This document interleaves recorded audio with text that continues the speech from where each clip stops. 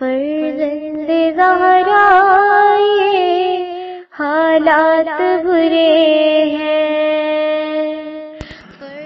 کاشانۂ بصیرت ایک ایسا مکمل یوٹیوب چینل جس پر محروم بصارت کے لیے بالخصوص اور تمام افراد کے لیے بالعموم سینکڑوں کی تعداد میں اسلامی کتب دستیاب ہیں۔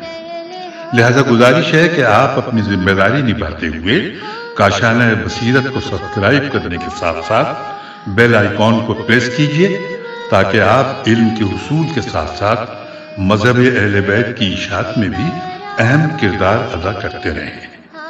کاشانۂ بصیرت، کاشانۂ بصیرت، کاشانۂ بصیرت۔ فرزند زہرا یہ حالات برے ہیں۔ السلام علیکم ورحمۃ اللہ وبرکاتہ۔ سامعین، آپ سماعت فرما رہے ہیں کہکشان نیستی، آیت اللہ سید علی قاضی طباطبائی سے متعلق ایک مستند داستان جسے تحریر کیا محمد ہادی اصفہانی صاحب نے۔ آج ہم آپ کے سامنے اس کی 31ویں ریکارڈنگ پیش کر رہے ہیں، صفحہ نمبر 453، اور داستان بیان کریں گے سید عبدالکریم کشمیری۔ 1360 قمری 1940 عیسوی، اور داستان شروع ہو رہی ہے سورہ بقرہ کی آیت نمبر 257 سے۔ بسم اللہ الرحمن الرحیم۔ اللہ ولی الذین آمنوا یخرجہم من الظلمات الی النور والذین کفروا اولیاؤہم الطاغوت یخرجونہم من النور الی الظلمات اولئک اصحاب النار هم فیہا خالدون۔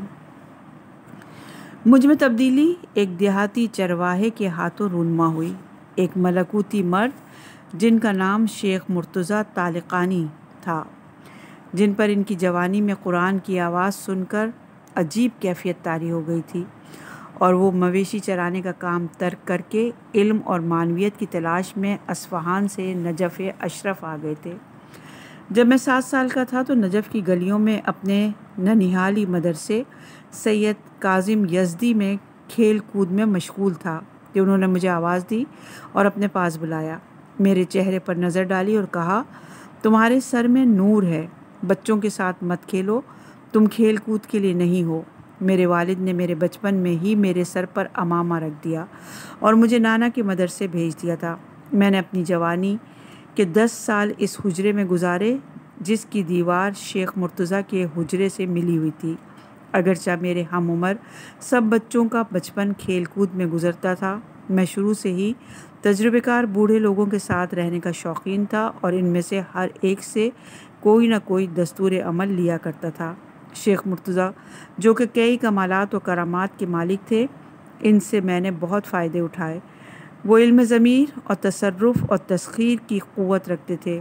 انہوں نے مجھے قرآن کی تلاوت اور ذکر یونسیہ کی تاکید کی۔ میرے اساتذہ میں ایک جوان صاحب تھے جن کا نام شیخ محمد تقی بہجت تھا۔ میں نے ان سے شیخ انصاری کی کتاب رسائل کے کچھ حصے پڑھے۔ میں بھولتا نہیں ہوں کہ ایک دن جب تھکن کی وجہ سے حرم مطہر میں اپنے دوستوں کے درمیان بیٹھا ہوا تھا، میں نے شیخ محمد تقی بہجت کو دیکھا کہ میری طرف آ رہے ہیں۔ انہوں نے اشارے سے مجھے اپنے پاس بلایا۔ میں اٹھا اور ان کی طرف گیا اور آرام سے اپنا سر میرے کانوں کے قریب لائے اور کہا، ہم کھیل کود کے لیے خلق نہیں کیے گئے ہیں۔ اس بات نے میرے دل میں ایسی آگ لگائی کہ اس کے بعد میں متحیر اور سرگرداں ہو گیا، جس کے نتیجے میں میرے وجود میں پہلے سے بڑھ کر انقلاب برپا ہو گیا۔ اس واقعے کے بعد میں ان کے حجرے میں گیا اور خاصانہ درخواست کی، میری مدد کیجیے۔ انہوں نے اپنے استاد کی طرف میری رہنمائی کی جو کہ منشور توحید تھے۔ اس واقعے کے ساتھ ہی شیخ مرتضیٰ نے میرے آنکھوں کے سامنے سے اس گوہر الہی پر پردہ ہٹا دیا اور مجھے سید علی قاضی کی خدمت میں پہنچا دیا، اور یہ عجائب میں سے ہے کہ یہ اس وقت واقع ہوا جب خود سید علی قاضی کی طرف سے بھیجے گئے قاصد نے اپنی محبت بھری آواز میں کہا، استاد کہتے ہیں کہ سید عبدالکریم کے سر میں نور ہے۔ اس طرح سے خود انہوں نے مجھے بلاوا بھیجا تھا۔ جب میں اپنے حواس میں آیا تو خود کو ایک غارت گر ترک کے دامن میں پایا۔ جس نے میرے دل اور دماغ کو مکمل طور پر اپنا اسیر بنا لیا تھا۔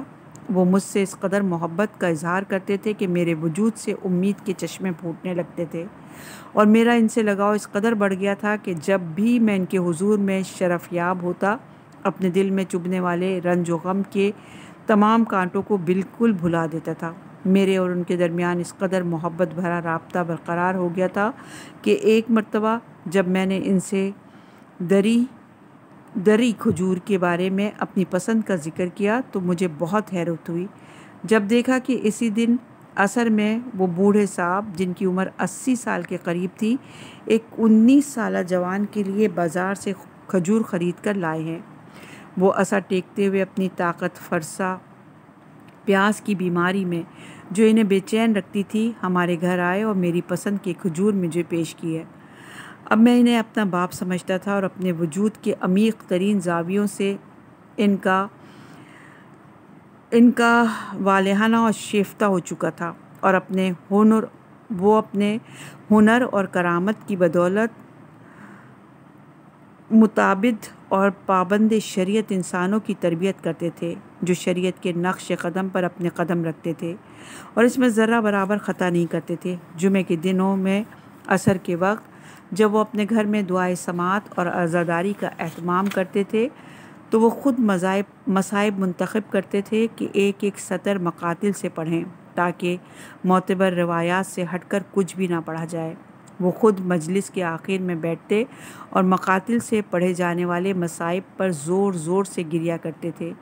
ان کے شاگرد اس خوف سے کہ وہ مجلس کے آخر میں بیٹھ کر زواروں اور عزاداروں کے احترام میں ان کے جوتے صاف اور سیدھے نہ کریں، انہیں اپنی بغل میں دبا کر اندر لے جاتے تھے۔ وہ ایک جامع عالم تھے۔ ان کی مجلس میں سید محسن طباطبائی حکیم جیسے بزرگ آتے تھے جو کہ سید سعید حبوبی کے شاگردوں میں سے تھے اور ملا حسین قلی کے درخشاں سلسلے سے تعلق رکھتے تھے، اور بعد میں جہان تشیع میں وسیع مرجعیت تک پہنچے۔ سید ابو الحسن اصفہانی بھی اپنی مرجعیت سے پہلے ان کی جمعے کی نشستوں میں شریک ہوا کرتے تھے۔ انہوں نے کئی مرتبہ استاد سے اپنی مرجعیت کے بارے میں پوچھا تھا، جس کا وعدہ استاد نے ان سے کیا تھا اور انہیں مرجعیت کے یقینی ہونے کی خبر دی تھی۔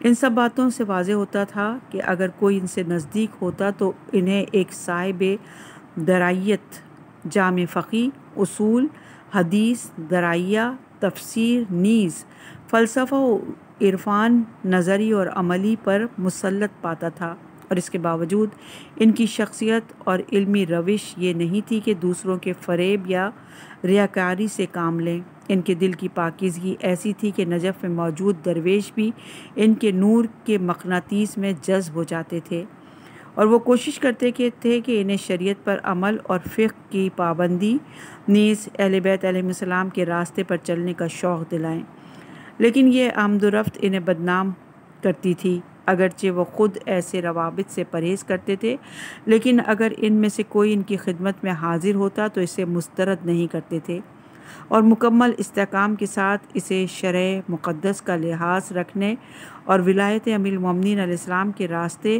اور قرآن کریم پر انحصار حقیقت کا تذکر دیتے تھے۔ میں نے سنا تھا کہ ایک ماضی میں بہار علی شاہ نامی ان کا ایک عقیدت مند درویش جس کا تعلق خاکساری سلسلے سے تھا اور کبھی ان کے پاس آیا کرتا تھا، لیکن اس کا حلیہ غیر مرتب ہوا کرتا تھا۔ استاد اسے تذکر دیتے تھے کہ آخر کیا حلیہ بنا رکھا ہے، کیسے شکل و شمائل ہیں۔ اسلام صاف لباس پہننے، داڑھی مونچھوں کا اندازہ اور لباس کی قسم کے بارے میں منصوبہ اور بیان کا حامل ہے۔ مقصد تک پہنچنے اور طریقت پر درست عمل کرنے کے لیے ان کی پابندی ضروری ہے۔ اب استاد عید غدیر کے لیے تیار ہوتے اور ان کے اس دن بہترین لباس پہنتے تھے، غذا، مٹھائی اور پھل مہیا کرتے اور آشناؤں، دوست اور عزیز رشتہ داروں کی دعوت کرتے تھے، اور ان میں سے کسی ایک سے چاہتے کہ وہ غدیر خم میں رسول اعظم صلی اللہ علیہ وآلہ وسلم کا خطبہ بآواز بلند پڑھیں، گو نہ گو دلنشین اور شیریں نکات بیان کرتے اور حاضرین محفل کے دلوں میں سرور ایجاد ہونے کا باعث بنتے تھے۔ نظم اور نثر کے کمیاب نکات جو کہ انہیں حفظ تھے یا خود انہوں نے کہے تھے، امیر المومنین علیہ السلام کی مدح میں عید غدیر کے دن پڑھتے تھے۔ ان کا سب سے دارد و نادارد ولایت و غدیر تھا اور انہی سے انہوں نے ملوکت کا راستہ پایا تھا۔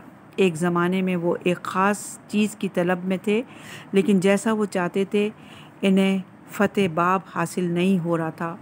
وہ جس دروازے سے بھی داخل ہوتے کوئی فائدہ نہیں ہوتا، یہاں تک کہ اپنے مقصد کے حصول کے لیے انہوں نے امیر المومنین علیہ السلام کی مدح میں طویل اور بہت اعلیٰ قصیدہ کہا۔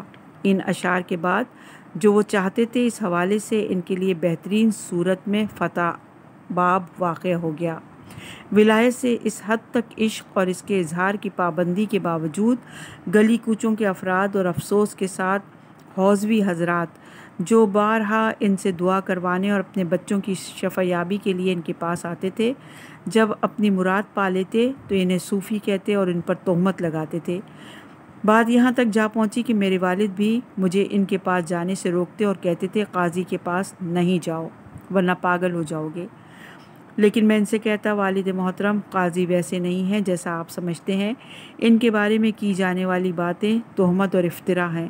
لیکن میرے والد کو اطمینان نہیں ہوتا تھا، معلوم نہیں ان سے کیا دیکھا تھا کہ ایسا کہتے تھے۔ میں خون دل کے ساتھ حرم گیا اور توسل کیا۔ اس کے نتیجے میں والد نے خواب میں امیر المومنین علیہ السلام کی زیارت کی جو ان سے فرما رہے تھے میں عبدالکریم کے سر سے سینے تک ہوں۔ وہ بشارت باعث بنی کہ وہ میری تربیتی اور معنوی امور میں میرا ہاتھ کھلا رہنے دیں۔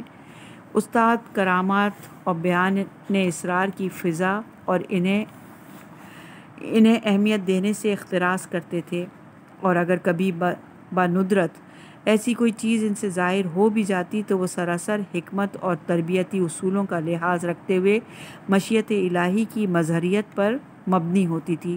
شروع میں جب میں ان کی خدمت میں پہنچا تو میں نے ان سے کیمیا کا دستور طلب کیا تھا، لیکن جواب میں انہوں نے فرمایا یہ ذکر کثرت سے کیا کرو کہ خود کیمیا ہے۔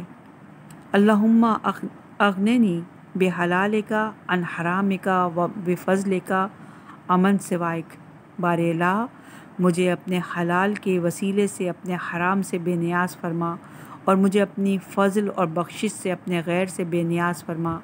ان کے دستورات مراقبہ اور شریعت کے گرد گھومتے تھے اور وہ بار بار تاکید کرتے تھے کہ یہ اذکار اور دعائیں مخصوص شرائط میں تاثیر گزار ہوتی ہیں، جبکہ مراقبہ سب سے اہم ہے۔ ان کے اصول و فنون شریعت کے مطابق تھے اور وہ اجازت نہیں دیتے تھے کہ کوئی ذرہ برابر اس سے دور ہو۔ اسی دوران ان کے شاگردوں میں ان کا یہ جملہ مشہور ہوا کہ اگر کوئی اپنی واجب نماز اول وقت ادا کرے اور اعلیٰ مقامات تک نہ پہنچے تو مجھے لعنت کرے۔ وہ قرآن، دعاؤں اور تفکر میں اپنی بلندی پرواز سے مانوس تھے، ان میں سکون پاتے تھے۔ چونکہ انہیں سید ابن طاؤس سے بہت زیادہ محبت تھی اور انہیں توحید میں ضم ہو جانے والوں میں سے سمجھتے تھے، ہمیشہ ان کی کتاب اقبال الاعمال اپنے ساتھ رکھتے، اور یہ بات اہل بیت علیہم السلام کی مناجات اور ان کے احکام پر پورے سال ان کی خاص توجہ کا مظہر تھی۔ ہر شب جمعہ دعائے کمیل پڑھنے، جمعہ کے دنوں میں زیارت جامع کبیرہ کی تلاوت کی خاص تکرار اور تاکید کیا کرتے تھے۔ حرم کی زیارت میں امیر المومنین علیہ السلام کی چھٹی زیارت پر ان کی خاص توجہ تھی اور اسے وہ نہایت عظیم سمجھتے تھے۔ سجدہ یونیسیہ کم از کم 400 مرتبہ انجام دینا ان کے دستورات میں سے تھا، جس کی اجازت وہ اپنے شاگردوں کو دیتے تھے۔ وہ معتقد تھے کہ اہم ترین عبادی اعمال شب جمعہ اور عصر جمعہ میں 100 مرتبہ سورہ قدر کی تلاوت ہے۔ وہ ہمیں تاکید کرتے کہ اپنی نمازوں کے قنوت میں یہ دعا پڑھا کریں، اللہم انی اسألک بحبک و حب من یحبک و حب کل عمل یقربنی الی حبک۔ اے اللہ میں تجھ سے تیری محبت اور تجھ سے محبت کرنے والوں کی محبت اور ہر اس عمل کی محبت کا سوال کرتا ہوں جو مجھے تیری محبت کے قریب کر دے۔ جس اہم نقطے کی وہ تاکید کرتے تھے وہ یہ تھا کہ حوزوی علوم حاصل کریں۔ وہ فرماتے تھے کہ آپ کو چاہیے کہ اس قدر درس پڑھیں کہ اجتہاد کے درجے تک پہنچ جائیں۔ وہ اس لیے کہ اگر آئندہ آپ پر دروازے نہ کھولے جائیں تو آپ تقلید سے بے نیاز ہوں۔ ممکن ہے کہ آپ ایسے عوامل کا مشاہدہ کریں کہ تقلید کی صورت میں انہیں حل اور فصل کرنے اور ان سے اپنے رابطے میں مشکل سے دوچار ہو جائیں۔ بطور مجموعی ان کی تعلیمات مکتب اہل بیت علیہ السلام اور قرآن کریم کے دستورات کی اعلیٰ تجلی تھیں۔ وہ کرامتوں اور اجنبی علوم پر توجہ سے سختی سے منع کرتے تھے۔ وہ اکثر کہا کرتے، عالم سراسر مکاشفہ اور کرامات ہے، آنکھیں کھولیں اور دیکھیں۔ اگر کسی گوشے میں ان کے شاگردوں پر قدرت یا غیر معمولی توانائی کا کوئی دروازہ کھلتا تو وہ کہتے یہ سب اس راستے کی ٹافیاں ہیں۔ اگر آپ ان سے صرف نظر کریں تو خدا آپ کو بالاتر مقامات عطا فرمائے گا۔ وہ اپنے شاگردوں کو ان امور میں خود نمائی سے سختی سے پرہیز کرواتے اور کہتے تھے آپ کے لیے ضروری نہیں کہ خود سے کسی چیز کا اظہار کریں۔ دوسرے اگر آپ کو پہچانیں تو انہیں آپ کے کردار اور اعمال سے پہچاننا چاہیے۔ حق و انصاف کی بات ہے کہ انہوں نے خود بھی اپنی زندگی کا دورانیہ اسی طرح آخر تک پہنچایا۔ جب ان کے شاگرد ان کے حضور میں آتے تو وہ کہتے تھے مجھے پسند نہیں کہ آپ کہیں ہم فلاں کے شاگرد ہیں۔ اگر کوئی ان سے ان کے اساتذہ کے بارے میں سوال کرتا تو وہ غصے سے کہتے تھے میرے لیے یہ سلسلہ نہ بنائیں۔ ایک نشست میں حاضرین میں سے ایک کو کنارے لے گئے اور آنسو بھری آنکھوں کے ساتھ کہا تھا میں نے سنا ہے کہ آپ میرا نام منبر پر لیتے ہیں۔ اگر آپ حلال اور حرام پر اعتقاد رکھتے ہیں تو میں راضی نہیں ہوں کہ منبر پر یا اس کے نیچے میرا نام لیا جائے۔ جو بھی میرے درس میں آتا ہے اس پر حرام ہے کہ میرے بارے میں مبالغے سے کام لے۔ جو نشستیں وہ اپنے گھر پر منعقد کرتے تھے نمایاں جگہ پر نہیں بیٹھتے تھے اور کہتے تھے وہ مہمانوں کی جگہ ہے۔ جہاں شاگردوں کے ساتھ چل رہے ہوتے تو ان کے پیچھے رہتے اور جتنا بھی کہا جاتا کہ آقا آپ آگے رہیں وہ کہتے نہیں میں پیچھے آ رہا ہوں، آپ لوگ آگے چلیں۔ جب کچھ لوگ ایران سے ان کی خدمت میں پہنچے تھے وہ کہا تھا کہ ہم آپ کی تقلید کرنا چاہتے ہیں تو انہوں نے اپنا ہاتھ آسمان کی طرف اٹھا کر اشکوں کے ساتھ اللہ تعالیٰ سے کہا تھا خدایا تو جانتا ہے میں ایسا نہیں ہوں جو یہ کہہ رہے ہیں۔ اس کے بعد انہیں تقلید کے لیے سید ابو الحسن اصفہانی کی خدمت میں بھیج دیا تھا۔ وہ عالم درد کے ایسے مست تھے جنہوں نے سالہ سال خود سے دور ہو کر امن الہی سے دامن میں سکون پا لیا تھا۔ نہ صرف انہیں رائج بازاری عرفان سے کوئی دلچسپی نہیں تھی بلکہ وہ معتقد تھے کہ معرفت اللہ جامع علوم اور انسان کی تمام جہالتوں کو پر کر دینے میں مؤثر ہے۔ ان کے بیٹے سید مہدی اجنبی علوم کی فضا میں کام کرتے تھے اور انہوں نے اپنی عمر اس مہارت میں صرف کر دی تھی۔ وہ ان علوم میں مقامات حاصل کرنے کی خاطر شادی نہیں کرتے تھے۔ استاد کا ان سے ان معاملات میں اختلاف تھا۔ سید مہدی کہتے تھے میں اپنے حساب اور استخراج میں والد کو ہمیشہ خود سے آگے پاتا تھا اور وہ اس کی وجہ باطن شریعت اور قرآن کریم سے جنم لینے والی ان کی باطنی حرکت سیر اللہ اور تہذیب نفس تھی۔ وہ اس حوالے سے اس قدر طاقتور تھے کہ جب ان کے گھروں میں سے ایک میں سونے کی انگوٹھی گم ہو گئی تھی اور گھر کی فضا بگڑ گئی تھی، سید مہدی نے جو کہ اجنبی علوم جانتے تھے سوچا کہ مسئلہ حل کر دیں۔ انہوں نے اپنے چھوٹے بھائی کا ہاتھ تھاما اور اسے زیر زمین تاریکی اور تنہائی میں لے گئے۔ اس کے سامنے پانی کا پیالہ رکھا اور قرآن کریم کی آیات کی تلاوت کرتے ہوئے اس سے پوچھا وہ پانی میں کیا دیکھ رہا ہے؟ بچہ اچانک اس پانی میں ایک بھاری بھرکم موجود کا خوفناک چہرہ دیکھتا ہے۔ سید مہدی کہتے ہیں کہ اس سے انگوٹھی چور کے بارے میں پوچھو۔ وہ موجود کسی قسم کی چوری کا انکار کرتا ہے اور بتاتا ہے کہ بالائی کمرے میں وہ چٹائی کے نیچے ہے۔ یوں وہ ماجرا اتمام ہو جاتا ہے، لیکن اس موجود کے غائب ہونے پر بچہ بدحواس ہو جاتا ہے اور رونے لگتا ہے۔ بچے کی والدہ فریاد کرنے لگتی ہیں کہ سید مہدی نے میرے بچے کو جن زدہ کر دیا ہے، جائیں اس کے والد کو بلائیں تاکہ وہ اس مشکل کو حل کریں۔ جیسے ہی والد آتے ہیں مسئلہ حل ہو جاتا ہے اور بچہ معمول کی صورتحال میں واپس آ جاتا ہے۔ والد اپنے چھوٹے فرزند سے کہتے ہیں، اس غیر معمولی موجود سے کہو کہ نہ وہ نہ ہی اس جیسے دوسرے ہرگز میرے گھر میں داخل نہیں ہونا، ورنہ اسی عصے سے ان کی پٹائی کروں گا۔ اس کے بعد اپنے بڑے بیٹے سے مخاطب ہو کر بظاہر اس ماجرے سے بے خبر رہتے ہوئے کہا، انگوٹھی وہی ہے جہاں انہوں نے بتائی ہے۔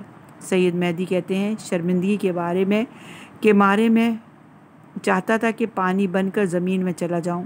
وہ کہتے تھے، جب والد چلے گئے تو میں نے اپنے چھوٹے بھائی سے پوچھا کہ جب آقا آئے تو کیا ہوا؟ میرے بھائی، جس نے ابھی اس دہشتناک مشاہدے سے نجات پائی تھی، کہا، جب والد آئے تو میں نے دیکھا کہ وہ ان موجودات پر حملہ آور ہوئے جنہوں نے مجھے اپنی تسخیر میں لے لیا تھا۔ وہ والد کو دیکھ کر بھاگ گئے اور میں معمول کی حالت پر واپس آ گیا۔ استاد ایک دوسرے آسمان سے ان علوم میں داخل ہوئے تھے اور وہ حقیقت تقویٰ اور معنویت تھی جو ان کے وجود میں معجزن تھی۔ خود سید مہدی کہتے تھے، میرے والد نے بارہا مجھے اس بارے میں تذکر دیا تھا کہ انسان کے لیے ضروری ہے کہ وہ برزخی محور پائے تاکہ حروف، کلمات اور اشیاء کے حقائق سے آگاہ ہو سکے۔ دراصل وہ بندگی اور معرفت نفس تک رسائی کو تمام علوم پر احاطہ کا راستہ سمجھتے تھے، مکاشفوں کو کوئی اہمیت نہیں دیتے تھے اور اپنے شاگردوں کو تذکر دیتے تھے کہ وہ ان سے گزر جائیں اور ان پر کوئی توجہ نہ دیں۔ شیخ عباس قوچانی نے بتایا، ایک دن تہران میں مقیم مشہور ارباب مکاشفہ میں سے ایک شیخ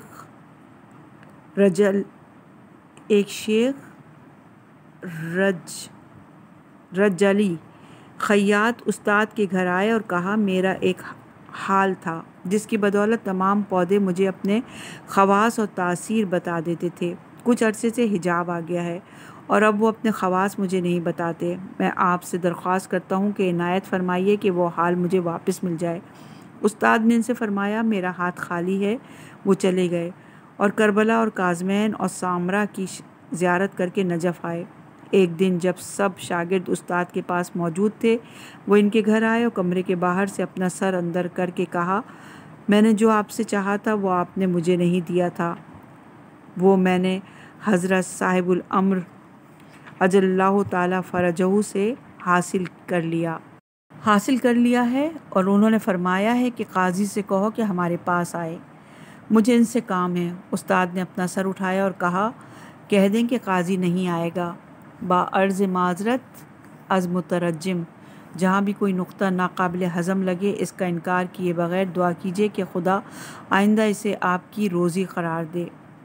بعد میں استاد نے اس ماجرے کی جانب اشارہ کرتے ہوئے فرمایا کہ یہ واقعہ شیخ احمد احسائی کی داستان کی مانند ہے، جب انہوں نے ایک دن اپنے شاگردوں سے کہا کہ میں جب بھی حرم میں مشرف ہوتا ہوں اور حضرت کو سلام کرتا ہوں تو حضرت بآواز بلند میرے سلام کا جواب دیتے ہیں۔ جواب اس قدر واضح ہوتا ہے کہ اگر آپ بھی وہاں موجود ہوں تو سن لیں گے۔ ایک دن شیخ حرم مطہر میں شرفیاب ہوئے اور سلام کیا، پھر اپنے شاگردوں سے مخاطب ہو کر کہا، کیا آپ نے حضرت کا جواب سنا؟ انہوں نے جواب دیا، نہیں۔ پس وہ خود اور ان کے شاگرد سمجھ گئے کہ شیخ کو اس حوالے سے غلط فہمی ہوئی تھی اور یہ آواز احوالات نفس کا ایک شعبہ اور تجلی تھی جو ان کے لیے جلوہ گر ہوئی تھی۔ لیکن استاد جو خود مقصد تک پہنچ گئے تھے، وہ غیر توحیدی عوامل سے عبور کر چکے تھے۔ کبھی دستگیری کے لیے اپنے شاگردوں کے مکاشفوں میں حاضر ہوتے اور انہیں تذکر دیا کرتے تھے، یا لوگوں کو تنبیہ کرنے کے لیے نکات بیان کرتے تھے۔ یہ ماجرا مرزا علی غروی علیاری کے لیے قابل غور انداز میں واقع ہوا۔ ان کا ارادہ تھا کہ وہ امام اظہر علیہ السلام کی خدمت میں شرفیاب ہونے کے لیے 40 دن تک مسجد سہلہ جائیں گے۔ انہوں نے 39 دنوں تک یہ کام انجام دیا، لیکن 40ویں روز اس قدر بیمار ہو گئے کہ ہلنے کے قابل بھی نہیں رہے۔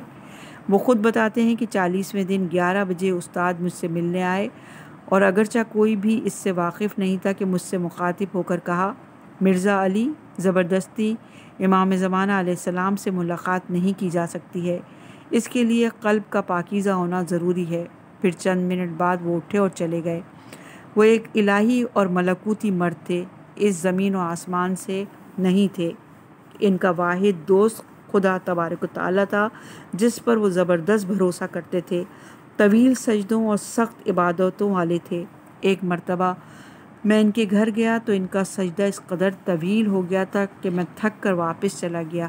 ہاں، وہ فانی فی اللہ تھے اور حقیقت اہل بیت عصمت و طہارت علیہم السلام کے پیرو اور تابع نیز شریعت کی مکمل پابندی کیا کرتے تھے۔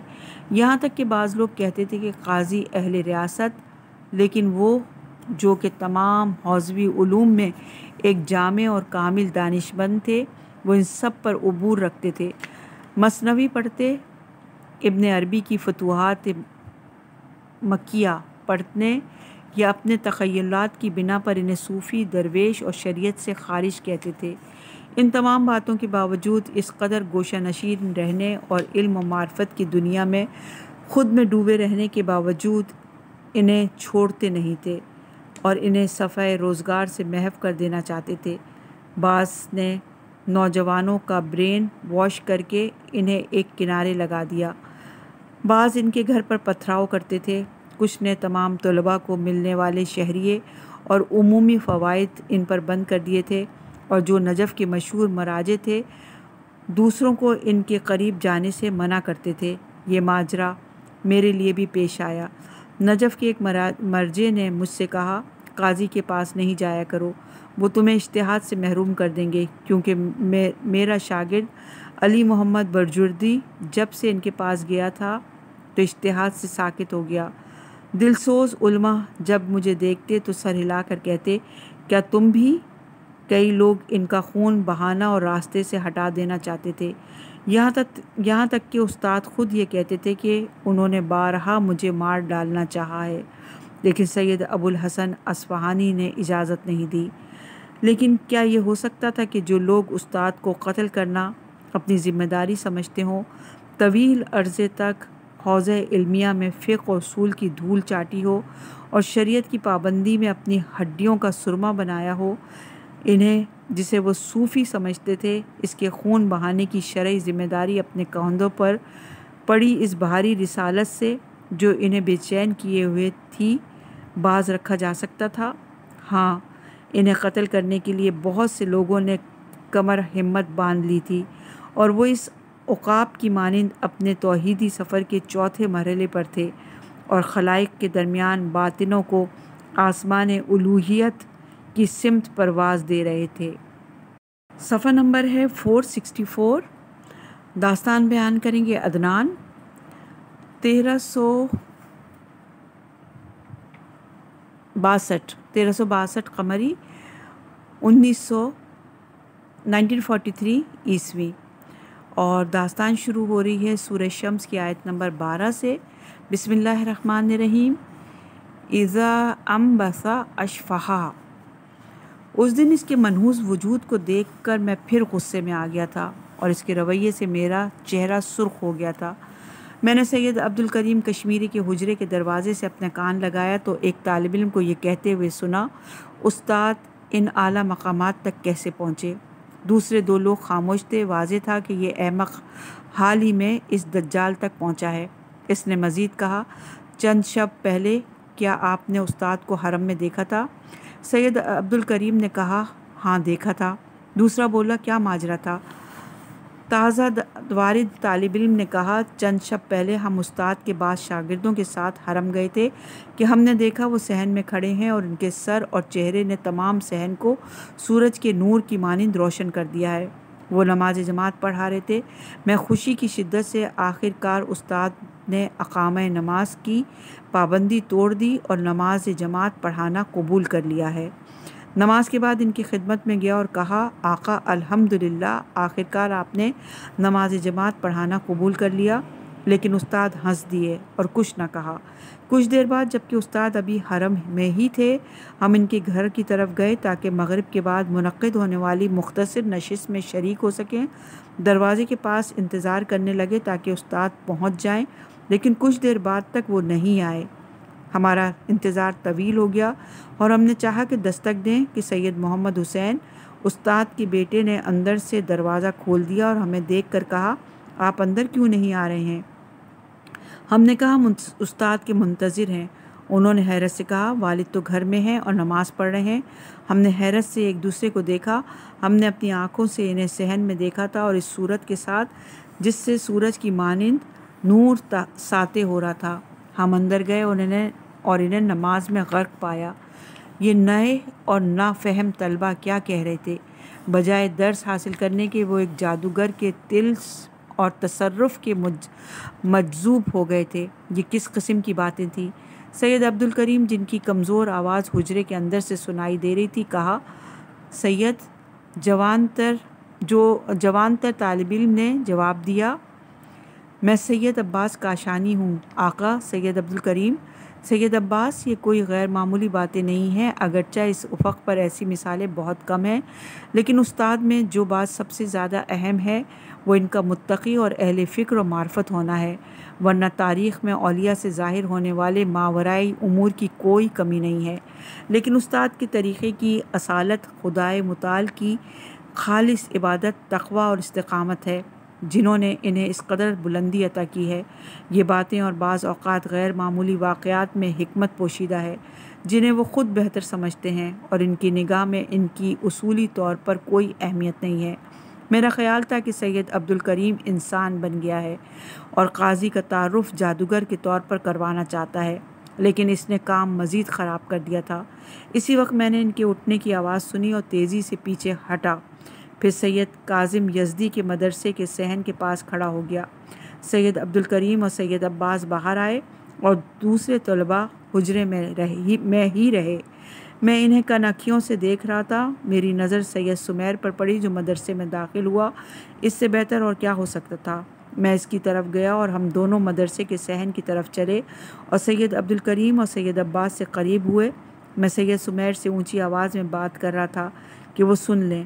میں نے اپنی آواز میں موج مارتے غصے سے کہا، بعض لوگ صوفی کے پاس جاتے ہیں۔ دونوں نے پلٹ کر مجھے دیکھا۔ میرے دل میں غضب کا لاوا ابل رہا تھا۔ اس بار زیادہ زور سے کہا، بعض لوگ صوفی کے پاس جاتے ہیں، میں خود قاضی کا پیٹ پھاڑ دوں گا۔ دونوں اپنی جگہ جم کر رہ گئے۔ سید سمیر نے میری آنکھوں میں دیکھا جبکہ غصے سے میرے دانت پیسنے کی آواز میرا دماغ خراب کر رہی تھی۔ سید سمیر کو خدا حافظ کہے بغیر میں تیزی سے مدرسے سے باہر نکل گیا۔ اب مجھ پر ہنستے ہو؟ میں تمہارا دماغ درست کر دوں گا۔ میں نے کئی مرتبہ چاہا کہ اس کا کام تمام کر دوں، لیکن نہیں ہو سکا تھا۔ میری تمام کوشش کے باوجود وہ دوبارہ اس کے گرد جمع ہو جاتے تھے اور دین خدا کو انحراف سے دوچار کر دیتے تھے۔ وہ ایسی جوں تھے جس نے ہر جگہ انڈے دے رکھے تھے۔ کاش وہ خود مر جاتا اور یہ ذمہ داری میرے اور میرے دوستوں کے کندھوں سے برطرف ہو جاتی، لیکن اگر یہ خدا کی طرف سے میرا امتحان تھا تو میں کیا کر سکتا تھا؟ میرے لیے ضروری تھا کہ اسے اپنے ہاتھوں سے مار ڈالوں۔ وہ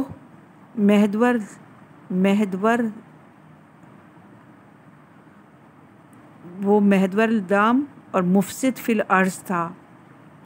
جو بھی اس کا خون بہاتا، نہ صرف یہ کہ اسے کوئی نقصان نہیں ہوتا بلکہ اس کے لیے فخر کا باعث بھی تھا، لیکن وہ ہنسی اور سکون مجھے پاگل کر دیتے تھے۔ اب میری برداشت سے باہر ہو گیا تھا۔ اس دن میں نے اسے دیکھا کہ لنگڑاتے ہوئے حرم آ رہا ہے۔ میں نے ایک کاغذ کھولا اور اس پر لکھا، آج رات میں تمہارے پاس آؤں گا اور کام تمام کر دوں گا۔ میں نے کاغذ تہہ کیا اور وہاں موجود اپنے ایک شاگرد کو دے کر کہا، یہ خط اس آدمی تک پہنچا دو۔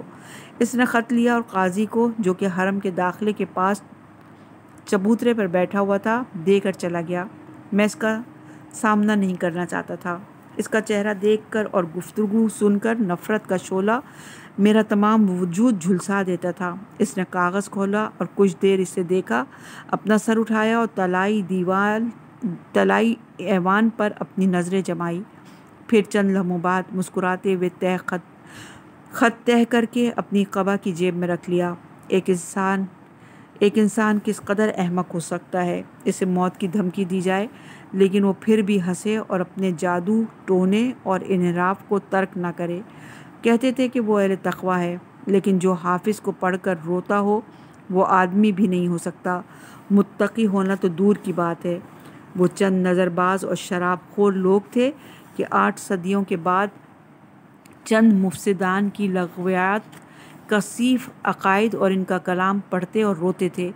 اس جماعت کو نجف، فقہ اور اصول کے شہر سے محو اور نیست و نابود کر دینا ضروری تھا۔ اب میں نے ٹھان لی تھی کہ یہ سید ابو الحسن کے بس کی بات بھی نہیں تھی، وہ ان باتوں کو تسلیم نہیں کرتے تھے۔ میں نے حوضے میں اپنی 60 سالہ موجودگی کے بعد خود یہ تشخیص دی تھی کہ وہ اور مجھے مرجعیت کے فتوے کی ضرورت نہیں تھی۔ میں مدرسہ سید کاظم سے اشارہ رسول اور وہاں سے براق کی تنگ و تاریک گلیوں سے ہوتا ہوا اس دکان تک گیا، کیونکہ میری شرعی ذمہ داری تھی کہ وہ حاصل کروں۔ جب میں دکان تک پہنچا تو دکاندار کی حیرت زدہ نگاہوں کو نظر انداز کر کے اس کی تمام چیزوں پر نظر ڈالی۔ دکاندار نے کہا، شیخ کس قسم کی چاہیے؟ کہاں استعمال کرنی ہے؟ میری آنکھیں جو غصے کی شدت سے لرز رہی تھیں اس کی جانب گھمائیں اور کہا، سر کاٹنے کے لیے۔ اس نے تھوک نگلا اور کہا، اونٹ ہے یا دمبا؟ نہر کے لیے چاہتے ہو یا ذبح کرنا ہے؟ میں نے قساوت سے کہا، بس جانور ہے، تمہیں اس سے کیا فرق پڑتا ہے، تیز دار ترین اور سب سے زیادہ مضبوط دو۔ اس نے جو میرے رویے سے حیران ہو گیا تھا اپنی دکان میں کیلوں سے آویزاں خنجروں کو دیکھا اور ایک خنجر جو بآسانی دشداشا کی جیب میں سما سکتا تھا نکال کر میرے سامنے رکھ دیا۔ میں نے وہ اٹھایا اور دیکھا، مجھے امیر المومنین علیہ السلام کی ذوالفقار یاد آ گئی، جس کی مدد سے وہ حق قائم کرتے تھے۔ میرے ہونٹوں پر تسلی بخش مسکراہٹ آ گئی۔ میں نے قیمت ادا کی اور گھر جا کر اپنے کندھوں پر موجود رسالت انجام دینے کے لیے رات تک منتظر رہا۔ میں نے چند گھنٹے اضطراب اور فکر و تشویش میں گزارے اور جب چاند آدھے آسمان تک پہنچا تو خنجر اٹھایا، دشداشا پہنا اور چفیہ کو اپنے چہرے اور سر پر لپیٹ کر خاموشی سے گھر سے باہر نکل گیا۔ میری نظر آسمان پر پڑی، چاند اور ستاروں کو دیکھا جو تاریکی میں اس کام کو دیکھنے کے منتظر تھے جسے نجف میں انجام دینے کی جرت کسی میں بھی نہیں تھی۔ بعض نئے اہل صرف پتھر مارنے، گالیاں دینے اور اسے محدود کر دینے پر اکتفا کیے بیٹھے تھے، لیکن بنیادی کام کچھ اور تھا۔ گندے کام کرنے والا ریاکار قاسم فاسق بھی اس کا خون بہا دینے کے بجائے زاہدوں، عارفوں اور توبہ کرنے والوں کی اداکاری کرنے لگا تھا، اور وہ بھی قاضی کی گڈری پوش مریدوں میں شامل ہو چکا تھا۔ اب کوئی نہیں تھا جس پر بھروسہ کیا جا سکے۔ اگرچہ میں جانتا تھا کہ یہ میری شرعی ذمہ داری ہے، لیکن اپنے دل کی گہرائی سے آرزومند تھا کہ اس کی موت طبعی انداز میں ہو، کیونکہ میں نے اب تک کسی کا خون نہیں بہایا تھا۔ لیکن میں کیا کر سکتا تھا؟ یہ فرض تھا اور میری گردن پر موجود ذمہ داری کا بھاری بوجھ مجھے چھوڑتا نہیں تھا۔ میں نے خنجر میں بجلی کی طرح منعکس ہوتی چاند کی روشنی کو دیکھا اور اسے اپنے کمر کی گرد شال میں چھپا لیا، پھر جدیدہ کی طرف چل پڑا۔ واحد آواز جو سنائی دے رہی تھی جھینگروں کی تھی اور سحرگاہ میں چلنے والی باد نسیم جو بحر نجف میں چھوٹی لہریں ایجاد کر رہی تھی۔ میں نے اپنا عزم جزم کیا اور اس شخص کو قتل کرنے اور نیست و نابود کرنے کے لیے خالصانہ بسم اللہ پڑھی، جو شریعت اور علوم اہل بیت علیہ السلام کو نجاستوں اور صوفی انحرافات کی حد تک گرا رہا تھا اور اس کی تبلیغ کر رہا۔ میں اس کے گھر کے نزدیک پہنچا۔ مجھے سمجھ نہیں آ رہی تھی کہ اپنے اس وزن اور بڑھاپے کی کمزوری کے ساتھ کیوں کر اس کے گھر کی دیوار پھاندوں، لیکن چونکہ میں جانتا تھا کہ اس عظیم رسالت کو انجام دینے میں خدا میرا مددگار ہے، میں دروازے کے قریب پہنچا تو تعجب سے دیکھا کہ وہ چوپٹ کھلا ہوا ہے۔ میں نے آسمان پر نظر ڈالی اور اسے فال نیک لیتے ہوئے دست خدا کو اپنی پشت پر محسوس کیا اور چالاکی محسوس کرتے ہوئے خاموشی سے گھر میں داخل ہو گیا۔ میں جانتا تھا کہ وہ گھر کے سامنے والے کمرے میں سوتا ہے۔ اپنے چہرے پر موجود چیفہ کو اپنے درست کیا کہ صرف آنکھیں نظر آ رہی تھی۔ آہستہ سے اندر داخل ہوا، لیکن جیسے ہی میری نظر کمرے کے دروازے پر پڑی معلوم ہوا کہ اس میں گہرا دھواں باہر نکل رہا ہے۔ اس میں سے گہرا دھواں باہر نکل رہا ہے۔ مجھے بہت حیرت ہوئی، کیا ہوا تھا؟ لکڑی کے دروازے کو آہستہ سے دھکا دیا تو بہت سارا دھواں میری آنکھوں میں چلا گیا۔ بڑی مشکل سے کمرے میں داخل ہوا اور اپنے سامنے موجود اندھیرے اور بھڑکتے شعلوں کے درمیان اسے دیکھا کہ وہ زمین پر پڑا ہوا ہے۔ تیل والا ہیٹر زمین پر گرا ہوا تھا اور اس میں موجود تیل میں آگ بھڑک اٹھی تھی اور قالین جل رہا تھا۔ میں نے اپنے دل میں خدا کی محبت محسوس کی جو مجھے یہ سمجھانا چاہتا تھا کہ تم خود اس منحوس موجود کو نابود کر میں نے اپنے دل میں خدا کی محبت محسوس کی جو مجھے یہ سمجھانا چاہتا تھا کہ ہم خود اس منحوس موجود کو نابود کر دیں گے، اور تم یہاں تک امتحان میں سربلند ثابت ہوئے ہو۔ کمرے میں اس قدر دھواں بھرا ہوا تھا کہ مجھے یقین ہو گیا تھا کہ کوئی بھی ذرہ برابر میری جانب متوجہ نہیں ہوگا، اور کل صبح آگ اور دم گھٹنے سے قاضی کی موت نجف میں پھیل جائے گی۔ میں نے اپنے دل میں ٹھنڈک محسوس کی اور اپنے چہرے پر نقش ہو جانے والی ہنسی کے ساتھ الٹے قدموں کمرے سے باہر آ گیا۔ میں نے خدا کی اس حیرت انگیز ادب کر دینے والی جہنم کو دیکھا، تیزی سے دروازہ بند کیا اور گھر سے باہر نکل آیا، اور اس عظیم ذمہ داری کے انجام پذیر ہونے پر دل کی گہرائی سے خدا کا شکر ادا کیا۔